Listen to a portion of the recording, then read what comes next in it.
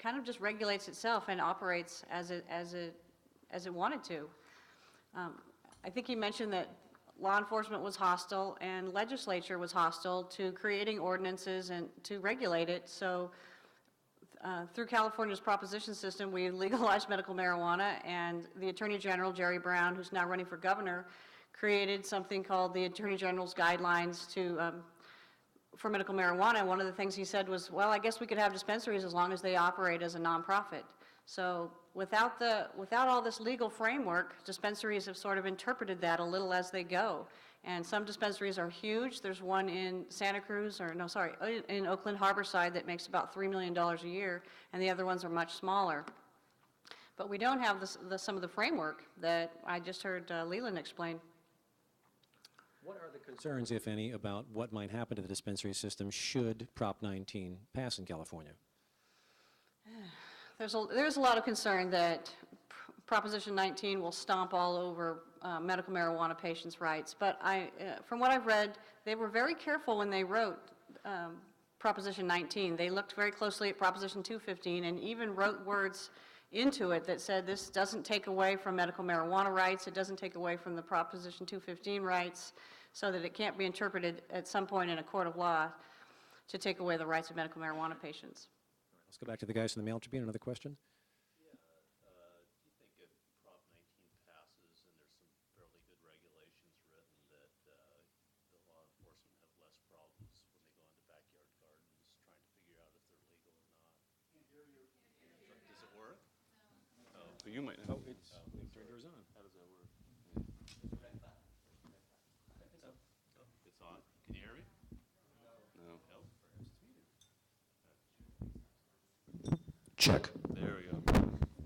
Perfect. So Prop 19 gets passed. They write some fairly effective regulations. Do you think the police will have a better or easier job trying to figure out which gardens are legal and which aren't? I mean, 74, sorry. Oh, 74. If 74 passes, Yeah. then what was the question? Would it make it easier for the police to figure out whether the gardens are legal or not when they go to a property? No?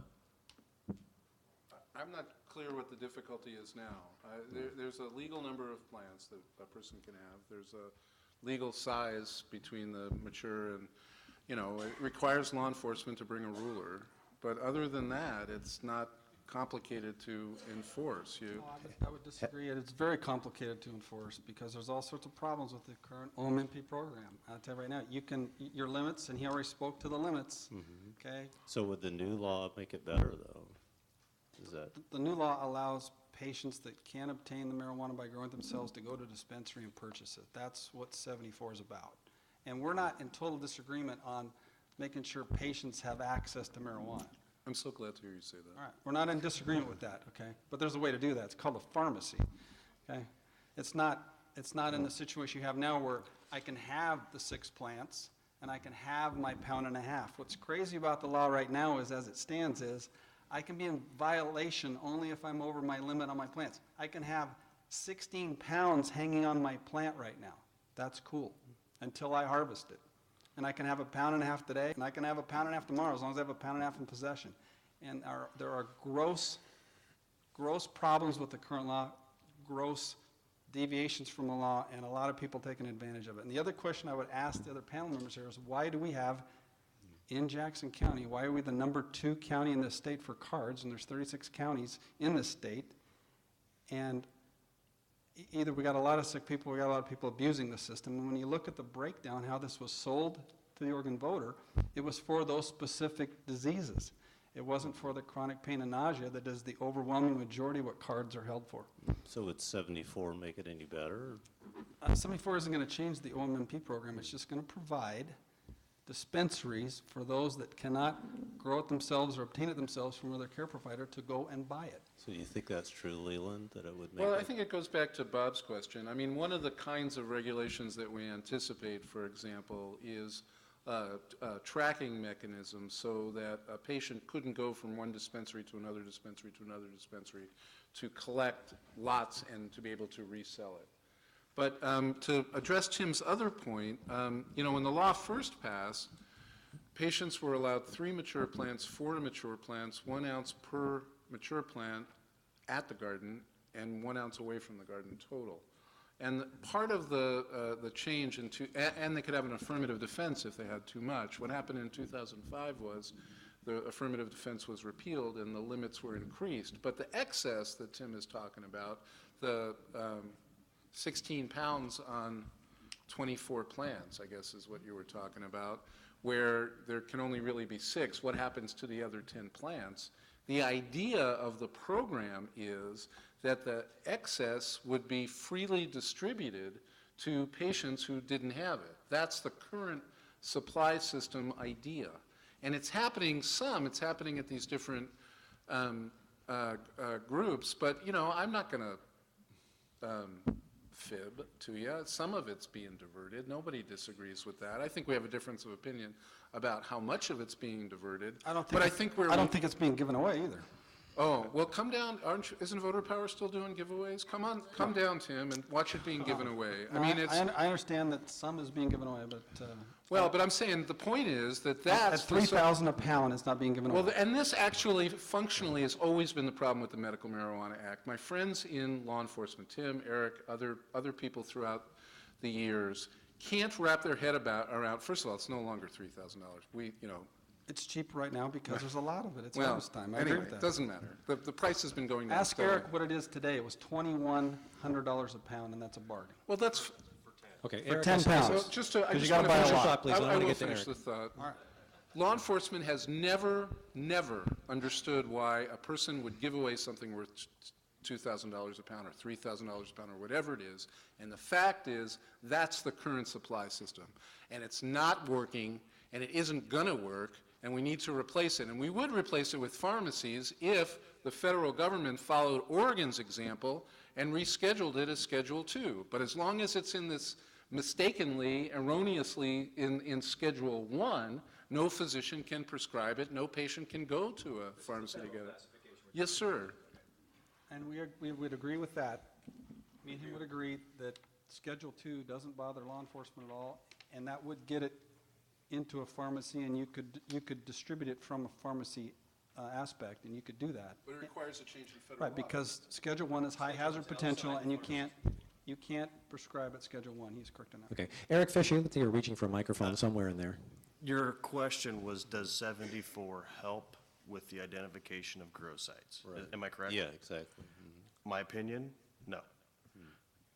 The way ballot measure 74 is written does not give us additional tools to identify who is at that grow site. Currently, under the Oregon Medical Marijuana Program, if I see a grow site, the only information that I can get is what I already have. By statute, I cannot obtain information from the program. So I have to know the person's name, I have to know the address, I have to know something personal before I can go to OMMP and say, is this an approved grow site? So to answer your question, I don't think it's going to help, I think it's going to make it worse. We add 2 levels of participants, a dispensary and a producer. There's no requirement that they be affiliated to a patient or have a condition to get the card. They just decide they want to open a business and be either a producer or a dispenser. So once you do that, you've added 2 more layers of people that can possess, deliver, and produce marijuana under the statute. So we add more people to the mix, muddies the water a little more. The second part of that is, by definition, according to the ballot measure, producers and dispensers also include the chair people of the board, the people that work at the dispensary or the producer. And my question is, how is that going to be interpreted? If a producer by definition is allowed to possess 4 pounds, or I'm sorry, 4 times the amount a grower can have, but that is multiplied by 6 people on a board, how much is it? So the fact that it's a state-regulated Well, enterprise now, that wouldn't help you at It's state all? regulated now. And we don't have the tools to enforce what we have. State's regulating it now, Damien, and look what's Yeah, happened. but it's going to be a lot more, isn't it, under 74, supposedly? Do you really think the state's in a position to regulate anything right now with the budget situation they're in? Not with a $3.2 billion cut. Let's go to the microphone and get some questions from the audience. Sir, your name and hometown, please. My name's Dr. Russell Gould, and I'm from Medford. And my question is for Tim George, and that is I would like to know what your particular medical expertise is with regard to the way that you seemingly discount people like myself who do suffer from chronic pain and basically are avoiding addictive opiates by using medical marijuana. The second thing is, if you want to see people give away free medicine, I would highly encourage you to come to any Oregon Green Free meeting, go to Southern Oregon NORML, go to Voter Power, pick your day, glad to show you how it works. Let me ask of you again, though. If you weren't using marijuana, what do you think you would be using? I would be taking the 6 to 8 Vicodin that I am prescribed every day. Okay, good to know. Tim, a response to the question? Sure, I don't think there's any law enforcement, including myself, that disagrees that if you have a medical need for it, you should have it. I'm not discounting you. You make fun of pain patients constantly. He's responding You're, to you are, you you had are, said- Right, Hang I'm on. you constantly say, well, these people who are cancer patients, they deserve it, but then look at all these people who have chronic pain. No, I'm just looking at the numbers. I'm looking at the data. Okay, so tell me why I'm not a legitimate patient. I'm not. I think that you might But you are treating All me right, like let's not make this personal. Let me ask this question to Leland, though, because I asked this question yesterday, and let's move on and let the next person get a question here. But Leland, the question to you that I asked yesterday was, this was pitched to Oregonians when medical marijuana was first passed in the state as something to help people with severe chronic pain. You pointed out yesterday we've gotten to 40,000 cards in Oregon now, right? Which is, I believe, a tripling over 2007. That's a lot of chronic pain, isn't it? I mean, are we expanding the zone as time goes on? I think that the education is improved. I think that, I mean, what Russell's describing, for example, Dr. Gould is describing is, well, there's a couple of things. One thing I mentioned yesterday, I think, on the radio with you, Jeffrey, is that we are past the time of debating whether cannabis is a good analgesic, whether it is safe and helpful for pain. It is. I mean, it is in law, it is in fact, and it is in science. It's good medicine. It doesn't work always for all people. There's different strains, there's dosage issues, there's all kinds of issues. But initially, when the law passed, it was after there was an unregulated dispensary, the Alternative Health Center in Portland, and when it was raided, after the police showed up pretending to be ill, and the people took pity on them and gave them some medicine, some medicinal cannabis. There were about 350 people that were registered in this Alternative Health Center, and which is not affiliated with the one in Ashland here. We extrapolated from that there would be 600, 700, 800 people. The fact is that advocates for medical cannabis have done a good job educating people about the utility of it, and word spread. And I see both sides of what's going on here with Russell and Tim. We get the impression, especially in this part of the state, that unless you're almost dying, that you're not somehow entitled to medical marijuana. And the people who are espousing that don't have medical backgrounds. They have law enforcement backgrounds. And I don't think you intend it as being offensive, Tim, but it comes across as being offensive when you do that. When you say, how come all these people have pain? What is it? They have writer's cramp or something? The fact is that at the clinics where physicians register patients, they decline lots of patients. They follow the rules. The program, you were saying the program can't make regulations. The program has made special regulations for these physicians requiring additional things, more so than the other doctors. And not only that, there's, like 3,000 doctors out of the 10,000 in the state that have signed people up? So it's not, it's not just, although it's true that there are a few that are responsible for most, I'm not taking that away either.